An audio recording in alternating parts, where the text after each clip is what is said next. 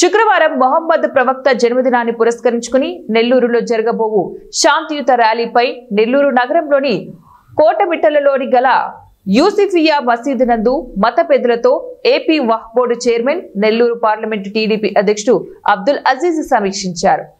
కార్యక్రమం నిర్వహించేందుకు కావాల్సిన సౌకర్యాల గురించి అడిగి తెలుసుకున్నారు. ప్రభుత్వం తరపున అందవలసిన సహాయ సహకారాలు అధికారులతో మాట్లాడి సమన్వయం చేశారు.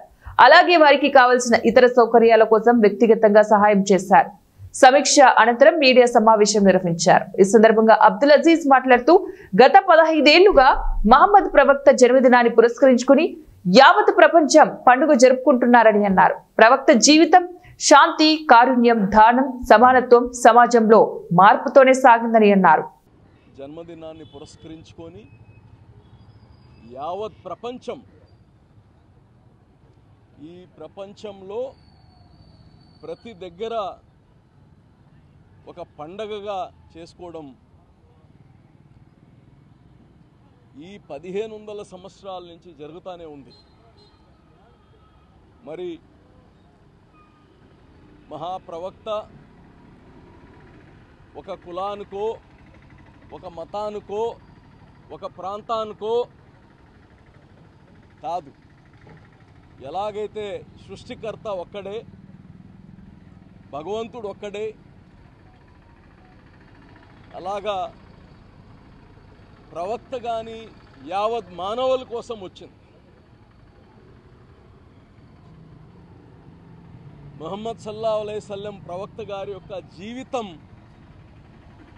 శాంతి, కారుణ్యం, పేదలకి సహాయం చేయడం, ఈక్వాలిటీ, గొప్పవారు పేదవారు రంగులతో ప్రాంతాలతో ఎక్కడ వ్యత్యాసం చూపలేదు. పేదలకి సహాయం చేయడం, అణగారు వర్గాల్ని సమానత్వం చేయడం, ఈ సమాజంలో మార్పు కోసం ఈ 1500 సంవత్సరాలు కానీ మారుతూ వచ్చింది. మరి నెల్లూరులో మాకు తెలిసి 40 సంవత్సరాల నుంచి ఈ యొక్క మీలాదు నబీ ఇది ఒక పండగ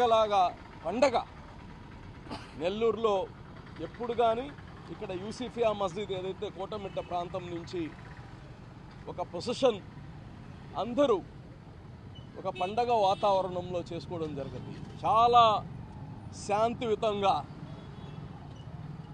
నేను ఈ పండగని మేయర్గా ఉన్నప్పుడు కానీ అనేక సార్లు దీనికి నేను పార్టిసిపేట్ చేయడం జరిగింది.